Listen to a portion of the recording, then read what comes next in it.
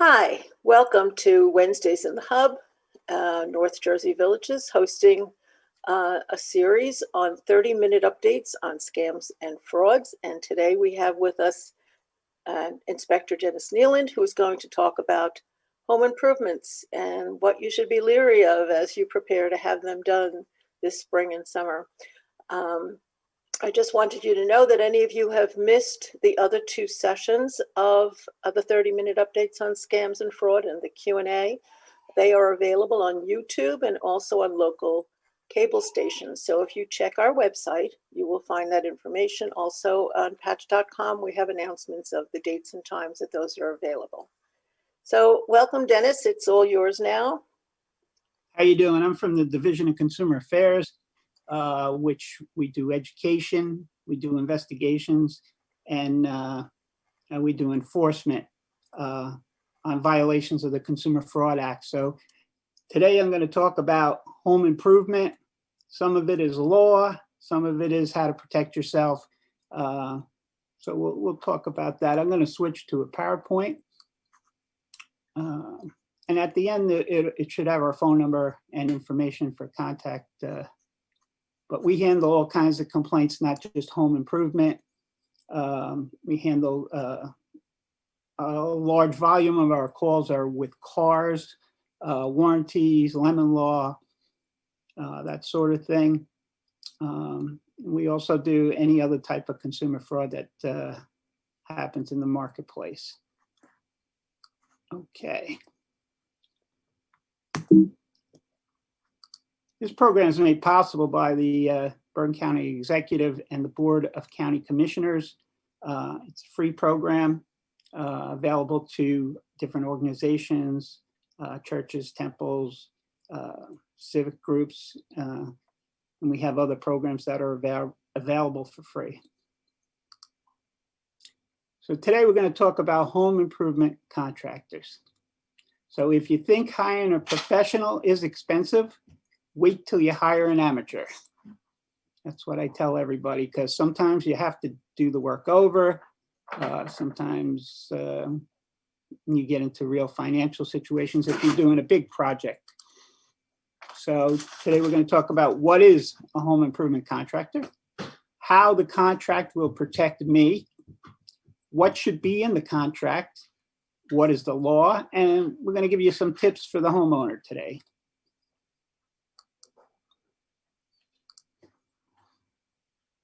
And we're not lawyers and we're not giving legal advice, so just a disclosure. However, our director of the department is an attorney.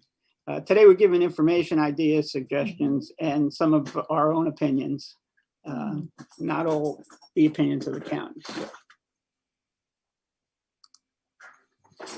And if you do have a situation that comes up and you have to hire a lawyer, hire one that's specializes in that type of law. You don't want like a person that handles drunk drivers or criminal activity to be handling a consumer fraud type situation. So always hire the right guy for the job, whether it's lawyers or construction or whatever project you're doing. Okay. So home improvement means the remodeling, altering, painting, repairing, renovating, restoring, moving. Excuse my dog. Patty. Demolishing, modernizing of residential or non-commercial property. So this basically covers everything. If you do any improvement on your house, if someone comes to clean the gutters, that's just cleaning. But if you do doors, curtains, flooring, driveways, landscaping walls, they're all part of this. So we're going to give you what you got to watch out for. Like I said, somebody does roofing, installs gutters, garage door repairs, chimneys, carpet, floor installation, painters, installing cabinets, they all are categorized under the home improvement contractor. This only applies to existing dwellings. If you're building a brand new house, that falls under a different department.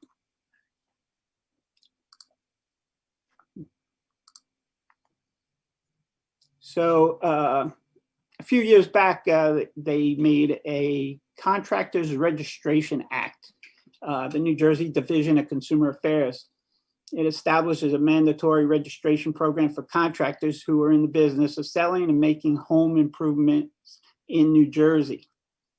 And to regulate the home improvements, they put certain chapters into the Consumer Fraud Act. And another one called the Contractor Registration Act. And they have another section for home improvement regulations. Now, this is a registration and not a professional license. So I'm going to talk about doing your homework later. This means they're registered. There's some accountability. Unlike professional licenses like doctors, veterinarians, architects, they all need a certain level of education to pass certain exams to get their license. This is just a registration. And if anyone's a contractor out there, it's inexpensive to do. It costs about $110 a year.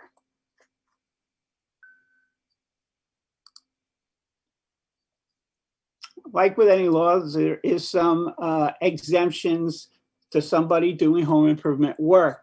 So anybody that's performing home improvement on residential property that they own, or a non-commercial property that they own, or is owned by a family member or a nonprofit organization, they're allowed to do work without a registration. Any person that's regulated by the state, such as an architect or a professional engineer, landscape architect, land surveyor, electrical contractor, master plumber, those are all people that get professional licenses. And if they're acting within the scope of their practice or their profession, they're allowed to do a certain extent of additional work. So say a plumber was fixing the pipes in the bathroom and he had to take out a section of tile. Well, the tile's got to go back, and for a little section, you're not going to hire a home improvement, another home improvement person. So the plumber would put the tiles back maybe in that little area that he took out. He's allowed to do that. And any person that's employed by a community association, like a condo complex and something like that, they're not regulated under this. Okay, in the Registration Act, it also talks about having permits, and municipalities are supposed to check to see when the people go for permits if they're registered. If they're not registered, they're not supposed to give them a permit to do the work. And there's no provision for grandfathering. Say I've been doing this. I had one pool guy. He's like, I've been doing this for 40 years. I'm like, you still got to follow the law when they put laws into effect. Also with permits, that's sort of your fallback, because the inspectors come and look at the work when they inspect. And if the contractor is not doing a good job, if you don't know a lot about construction, you're not going to know maybe that pipe should be at a 2% pitch for drainage, things like that. And that's where hopefully the town inspector would catch a problem in the job. And I talked about this before. Professionals with a license are not required to register if they are working within the scope of their profession. So some common questions that come up to our department all the time. A subcontractor of a home improvement retailer do I have to register? Yes.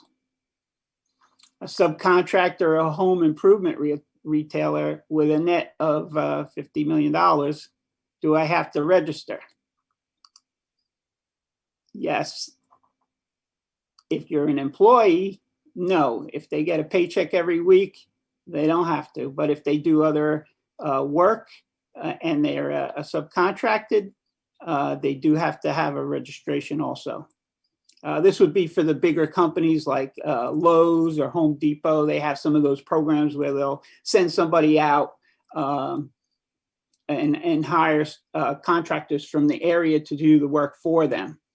If they're not a full-time or a strict employee of that company, then they do have to register. Next one, subcontractor of a home improvement contractor and never had a contract with the consumer, do I have to register? Yes. So somebody else is working for a contractor, they still got to be registered. Performing home improvement and I'm from out of state, do I have to register? This comes into play a little bit with us in Bergen and Passaic County, because some home improvement contractors come over the border from Rockland and Orange County, sometimes out of New York City. And in the other parts of the state, they have it like from Philly and those areas, they come across the border. They have to register too. Problem is if they're not registered and there is a problem, the complaint usually originates back to where the home improvement contractor is from. So we wouldn't have control for a business that comes out of Rockland County. So that's something to consider when hiring people. Performing home improvement and only do some handyman work on the side. Do I have to register? Yes, because you're doing the same work as anybody else. You know, they're just smaller jobs. So a handyman is supposed to be registered.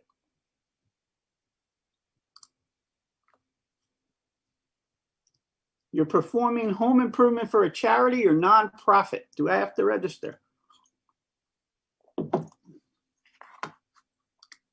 No.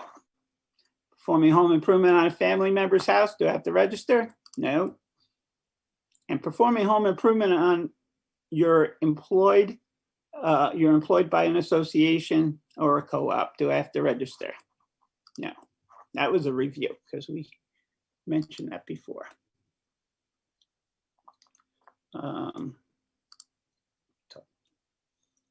Employees or officers registered for home improvement contractor are not required to register with the division separately as long as any home improvement work they are doing is done on behalf of a registered contractor. No. Let's skip this one. Let's go to the next one. So the registration, after they get approved, they go through an application, they get approved for registration. The contractor will get, it's sort of like a square card. It's a little bigger than what's on your screen. Sort of looks like what a license would be for some of the other professions, but it's a registration. And then they give them a wallet card too. So there's a lot of different ways you could find out if the person's registered. And this is one asked to see their home improvement contractor registration, ID card. That's what it would look like. Now, also too, you could look up by name. Right here on our website, you can look up by the name of the business or the name of the person and find out if they're registered and what address, because sometimes people are elusive and use post office boxes. There'll be things like a suite. You know, you get an address, 123 Main Street, Suite 3. And we go to investigate, and that's like a UPS place with mailboxes. So that's your first part of doing an investigation. If you're not good at computers or you don't have a computer, you're definitely welcome to call our office, and we'll look it up for you. And we could also check if there was any other complaints. Also, there's a section in here under on the scroll down from the top that's on a home improvement.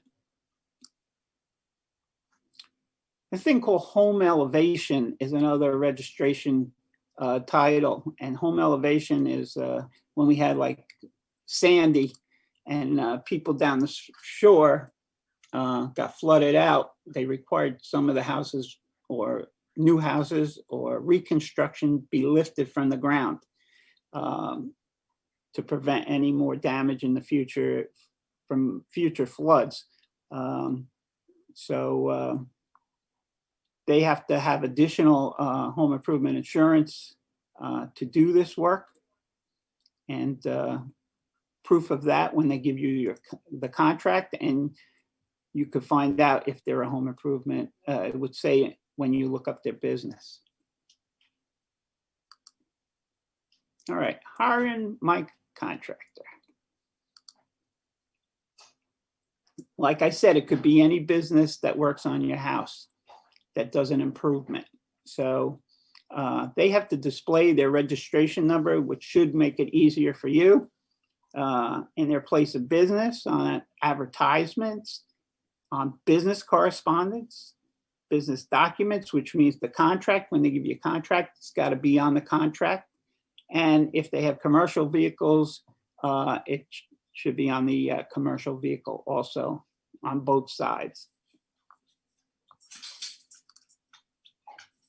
This is just an example of, I just made up John's contracting. I actually think that's the River Edge post office address maybe, but here you see the number on the bottom. That's what we enforce, and that's something to look for if they come and see, you know, how professional they are, if they have commercial license plates. If they don't have their name on the side, that's actually a motor vehicle violation. If it's registered commercial, the police handle that part of the problem. So let's paint a picture of your contractor. And I see this with small businesses, especially if you hire a small business, it's always good to check up to date to see if there's any problems with that small business, because besides the business end of it, on the personal end, you could have disputes, you could have problems with alcohol, gambling, divorce. Those are all things that would affect a 2 or 3 person company and have an effect on your job. So you could ask the contractor, what is it, a corporation, is it limited liability, how many people work for your company, and you're registered with the state, right? What's that registration number? You could find out sometimes they use a different name. Ask them up front, you know, is that the name, the legal name of your company?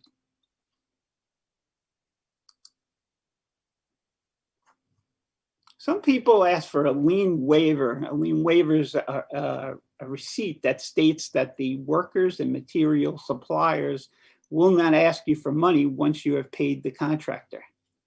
Beware if the contractor asks you to sign a statement that says you will cover the cost of the materials, labor, if the contractor does not pay. So what happens sometimes is contractor will get part of the way through the job, stop. Some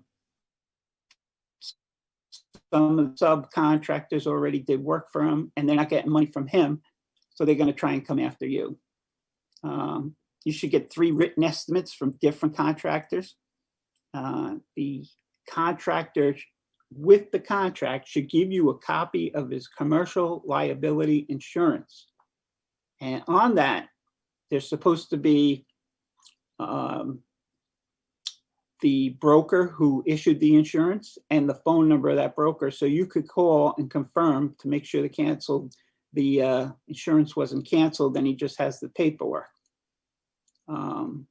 Otherwise, if somebody's working on your roof or something, they fall off your roof, you want to be protected. So you want to make sure his insurance is valid.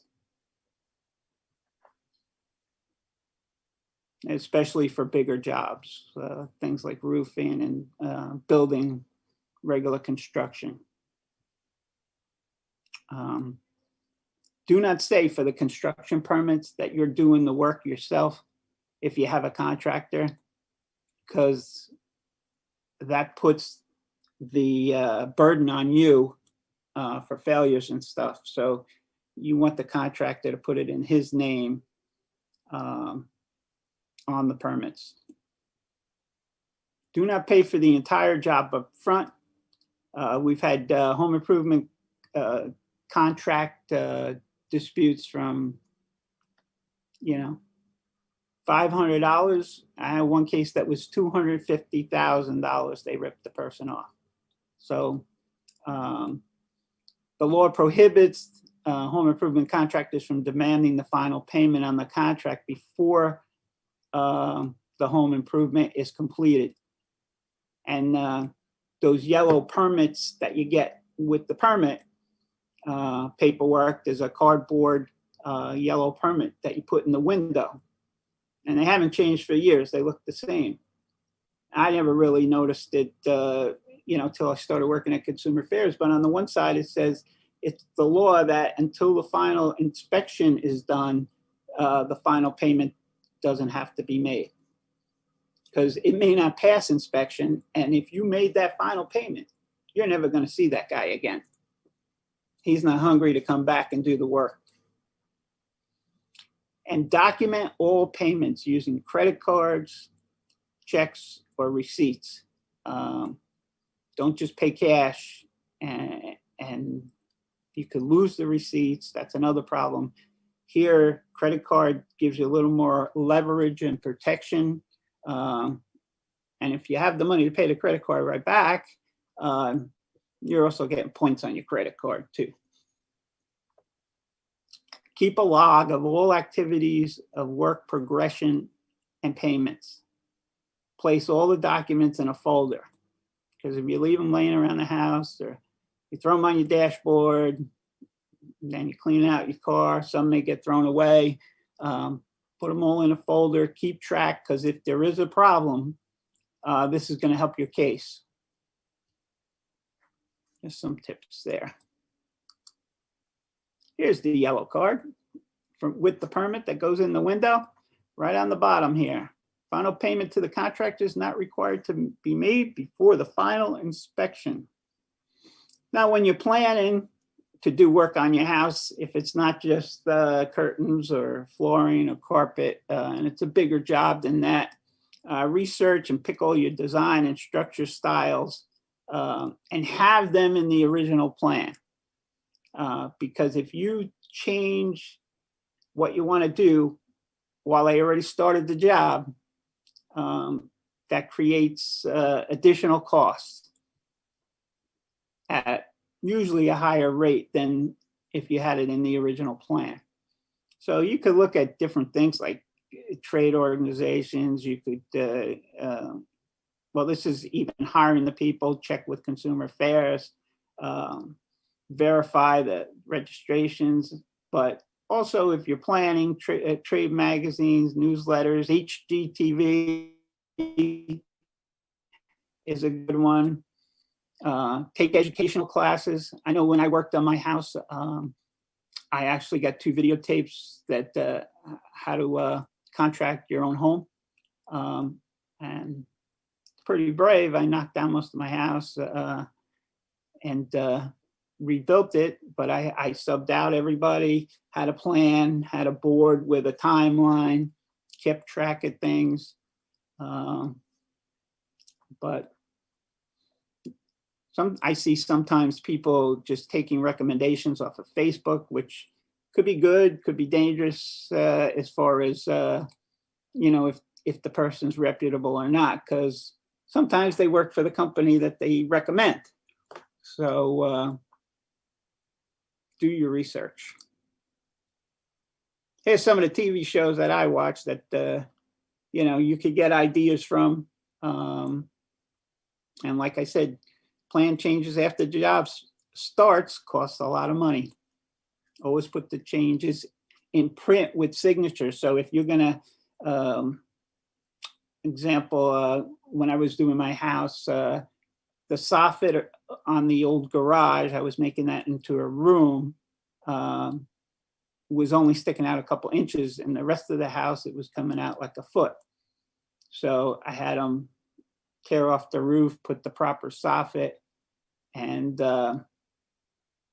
it was like, at the time, it was not a lot of money, but I put it in writing, and we just initialed. So, because sometimes you say, oh, you think you could do that? And they'll say, yeah. And then you get a bill for $5,000 down the line because you asked me to do that. That's part of the job. So you want to be clear and have everything in writing. And when you meet with the architect, bring all your ideas, pictures of you cut out of magazines, pictures if you're in people's houses and see something you like, bring it with you. So the architect has it right from the start. What must be in the contract? This is important. So if you see one of these template contracts, the guy doesn't know the New Jersey laws, because this is just a general statement. Every state has different contractor laws. So the contract's really made up to protect the homeowner, but it's also made up to protect the contractor. And if everything's in the contract that should be, it'll protect both in different ways.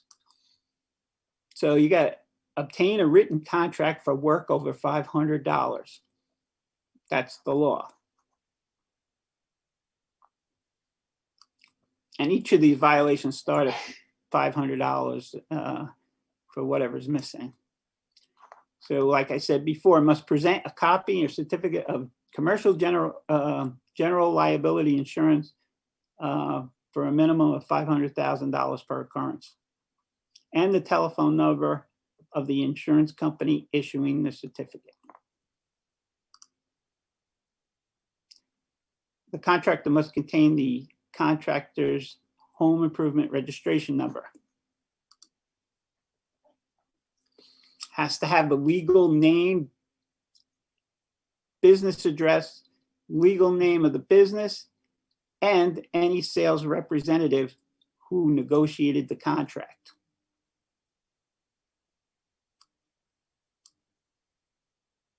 The contract must contain the time period, the project's start date and completion date.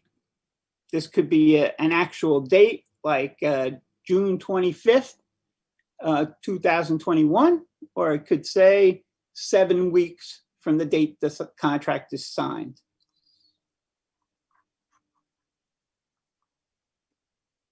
What happens is a lot, if these contractors go and work on other jobs that don't come back right away, so you want to have them nailed down to a date and time. And sometimes there is delays, and I'm going to talk about that in a little while. Like if you find out you're in wetlands or a burial site, or your house is a historic house, or there's a zoning issue, this is a problem.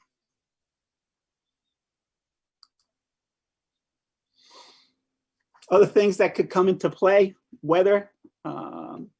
Waiting on some of the building departments are small, so it takes time to get the permits. Change orders, if you change what has to be done, hooking up the utilities, like the PS and water company come when they're available to come. They won't come on the exact day that you say maybe. Then you got to wait for inspections. Maybe you have to wait for the zoning board to make a decision. These are all things that could slow down the job and the date.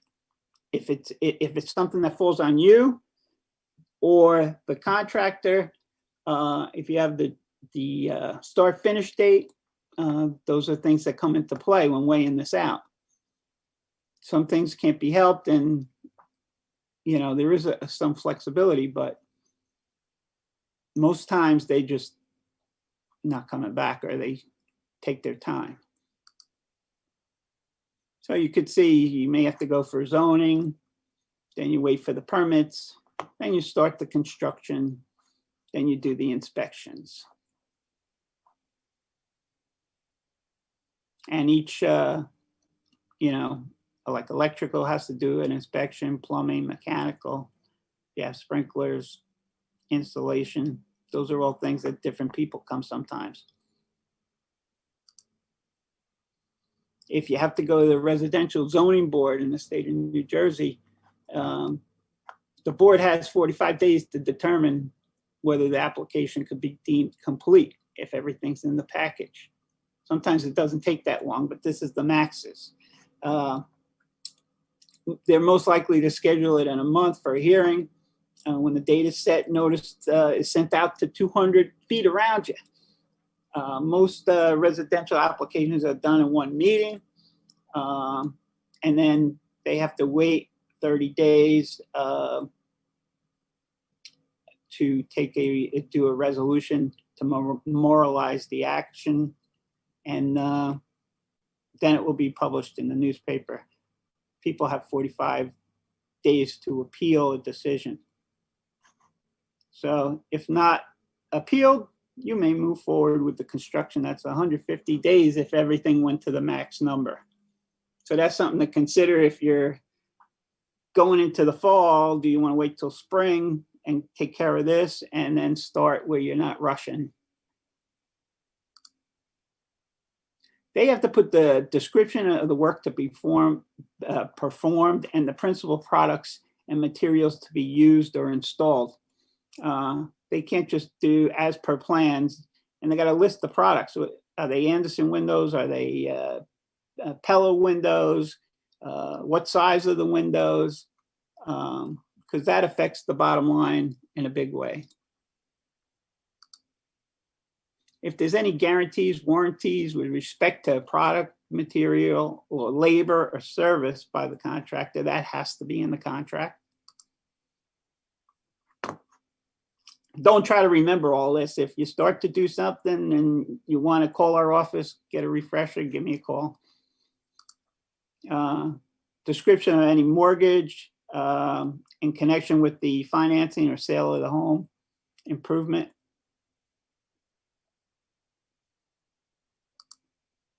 Total price, including finances charged, has to be on the front page of the contract, and signatures of all parties involved. You do have a 3-day option to cancel the contract in writing, and they got to give you your money back within 30 days.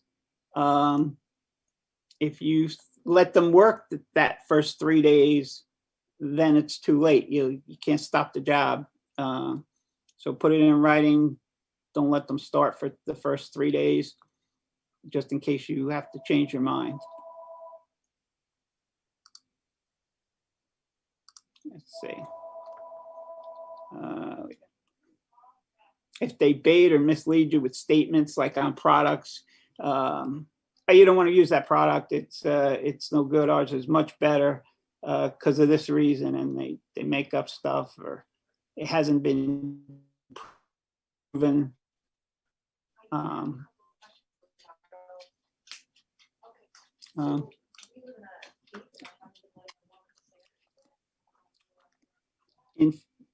If we do find that someone violates the law, we investigate. We find the violations, point them out in what's called notice of investigative findings. It's legal paperwork that's mailed to the contractor.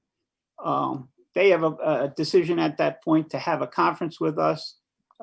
Sometimes if they make good with the consumer, we give them reduction on the violations. If they don't want to cooperate, then we issue a summons and they have to go to court in Bergen County, or if you're in Passaic County, goes to the individual municipal courts. If they don't show up, there's a warrant put out for their arrest. It just says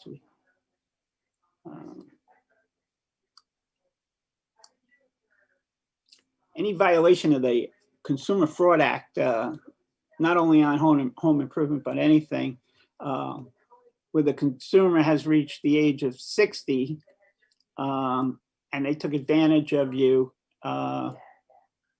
or if you have a disability, that's visible that they know they're taking advantage of someone with a disability. The total fines are doubled up to $10,000. So they take that very serious.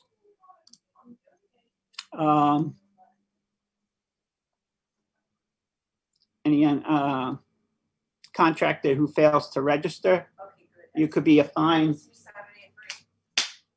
of up to $10,000 on the first offense.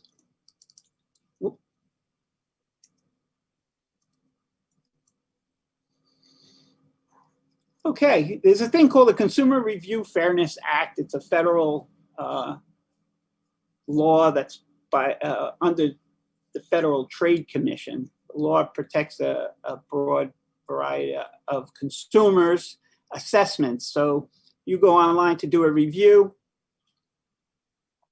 You say what happened. You're allowed to do that. The business can't threaten you, or they can't put things in the contract to take away any of your rights, impose a penalty against you if you give a bad review, threaten to go after you legally if you give a bad review. But yet it has to be honest. If you give any information about the personnel at the store or the builder that contains financial, medical, or something maybe that you got from a personnel file somehow, anything with their ethnic background, their gender, their sexuality, respect to race, if you're vulgar or sexually explicit, using bad words, I guess. Those are all things that would put you in violation. If you say anything clearly false or misleading, they can go after you. So, but you're allowed to put an honest, just stick to the facts and what happened and what was the end result.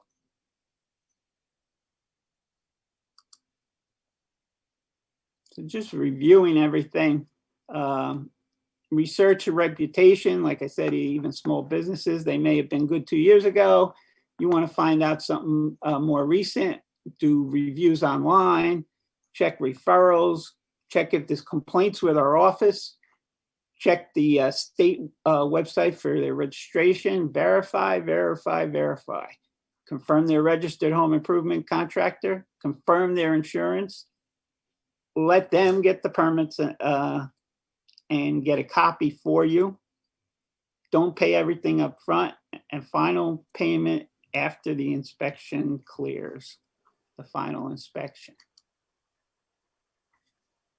Okay, thank you, Dennis, for another very valuable and informative session on updates on scams and frauds. And this wasn't exactly on scams and frauds, but just on what's necessary for us to be able to be comfortable about signing a contract to have work done on our home and home improvements. So thank you very much. And we look forward to our next session, which is April 28th.